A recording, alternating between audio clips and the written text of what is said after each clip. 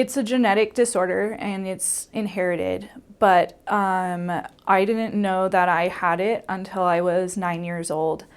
And what kind of brought awareness to our family was when my brother was born. He was born with hemophilia, and so it's more severe in males because it's a sex-linked trait. So it's on the X chromosome, and since males only have one, then only one X, then it comes out more dominantly for them. So my brother is a severe hemophiliac. He's at like a 1% factor level or something. So he has to take medicine every day. And he's still like doing great, but that's just, an added burden to his life. And so when he was born, we knew he had hemophilia for sure. And my parents learned how to infuse the factor back into his blood. So it's through a syringe, and you have to get it in the vein, and you usually do it in your arm.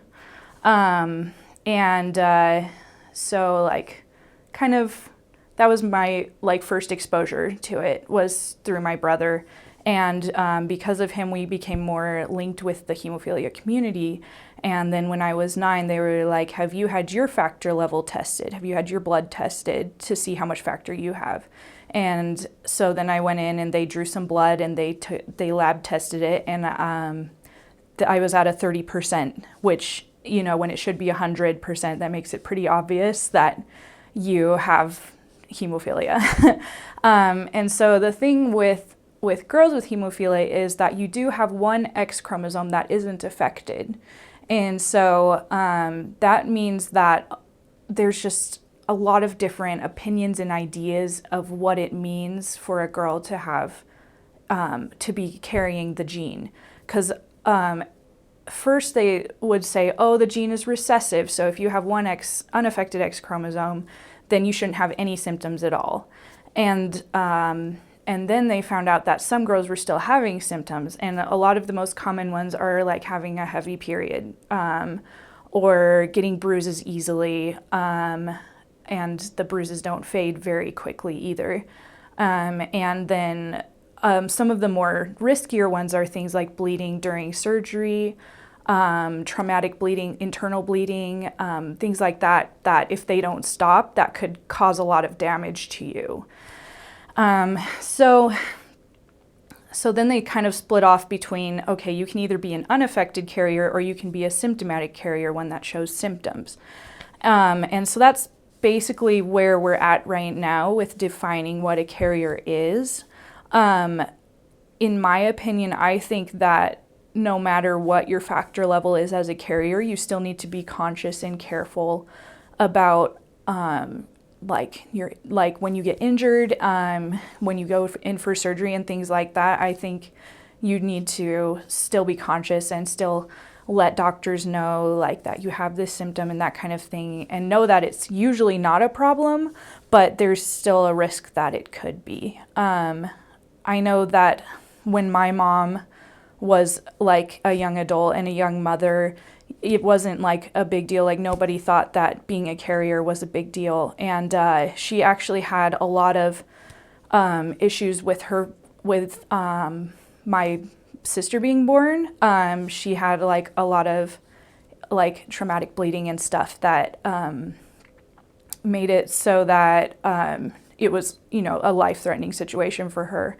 And so I think nowadays, like what carriers can learn is that it doesn't have to be like that. Like it doesn't have to be so like risky or life-threatening if you like take the proper precautions beforehand, I guess. So I haven't had a ton of issues with bleeding problems in my life. I do have a pretty heavy period, which sucks. And I do bruise pretty easily. I still try to stay active though. Like right now I'm taking Kung Fu lessons, and a lot of people might think that's an unnecessary risk for a carrier, but for me it's really good for me, and I think it's worth it. And in spite of the bruises and stuff, it's great.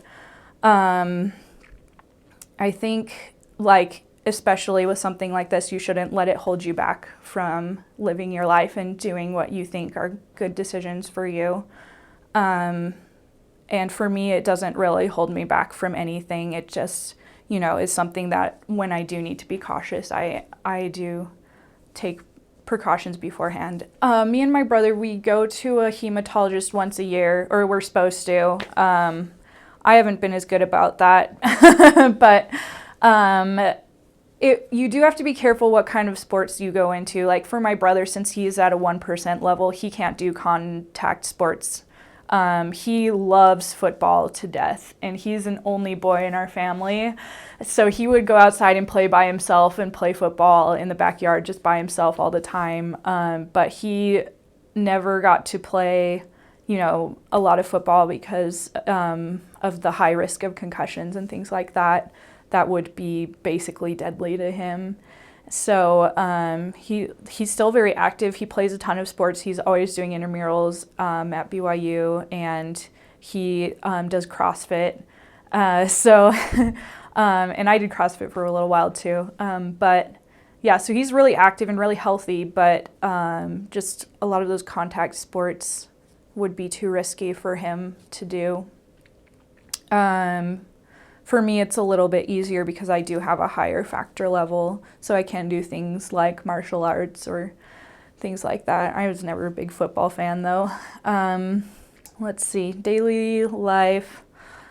What's really cool about hemophilia is that you're connected to this community, and it's really, I feel like it's very relationship based. Like there's pharmaceutical reps and nonprofit organizations and other people with bleeding disorders, and through like different events during the year, especially like each state has its own summer camp. That's a week-long camp for people with bleeding disorders, and it's a way that you can get to know people in the community and like create relationships with other people who have similar issues and can relate to you, and you don't have to go through explaining all the genetics and what it takes, every day and all the stuff. And so like that's been a really cool opportunity for my family to get to know some really awesome people and feel really supported in something that might otherwise be really difficult.